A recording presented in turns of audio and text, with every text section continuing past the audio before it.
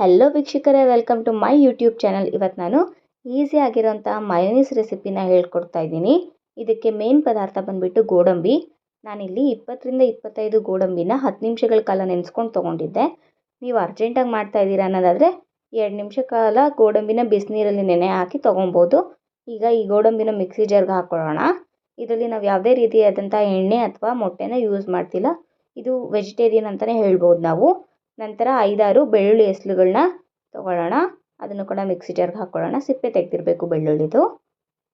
ನಂತರ ಇಲ್ಲಿ ಪನ್ನೀರ್ ಇತ್ತು, ಪನ್ನೀರ್ ಕೂಡ ಹಾಕ್ಕೊಳ್ಳೋಣ.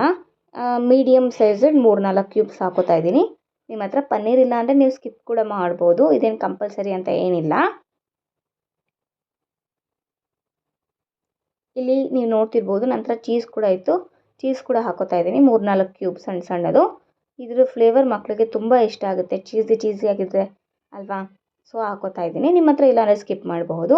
2-3 ಚಿಟಿಕೆ ಅಷ್ಟು ಸೇಂದಾ ನಮಕ್ ಹಾಕೊತಾ ಇದ್ದೀನಿ. 2-3 ಚಿಟಿಕೆ ಅಷ್ಟು ಕಾಳು ಮೆಣಸಿನ ಪುಡಿ ಹಾಕೋತಾ ಇದ್ದೀನಿ.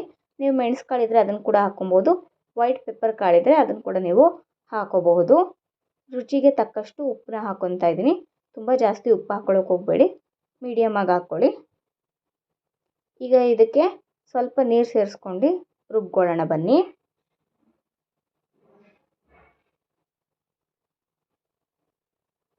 ನೋಡಿ, ರುಬ್ಕೊಂಡಿದ್ದೀನಿ, ತರಿಯಾಗಿದೆ. ಇನ್ನು ಸ್ವಲ್ಪ ನೀರು ಹಾಕೊತಾ ಇದ್ದೀನಿ. ನಾನು ಇನ್ನು 2-3 ಸ್ಪೂನಷ್ಟು ನೀರು ಹಾಕೋತಾ ಇದ್ದೀನಿ. ಆಗಲೇ ನಾನು ನಿಂಬೆಹಣ್ಣು ರಸ ಸೇರಿಸೋದನ್ನ ಮರೆತುಬಿಟ್ಟಿದ್ದೆ. ಇವಾಗ ಹಾಕ್ಕೊಳ್ಳೋಣ ಬನ್ನಿ. ಅರ್ಧಕ್ಕಿಂತ ಕಮ್ಮಿ ನಿಂಬೆಹಣ್ಣಿನ ರಸನ ಹಾಕೊತಾ ಇದ್ದೀನಿ. ಹಾಕ್ಕೊಂಡು ಇದನ್ನು ಫೈನ್ ಸ್ಮೂತ್ ಪೇಸ್ಟಾಗಿ ರುಬ್ಕೋಬೇಕು. ಇದು ಅಂಗಡಿಗೆ ಸಿಗೋ ಮಯೋನೀಸ್ಗಿಂತ ತುಂಬ ಟೇಸ್ಟಿ ಮತ್ತು ಹೆಲ್ದಿಯಾಗಿ ಕೂಡ ಇರುತ್ತೆ.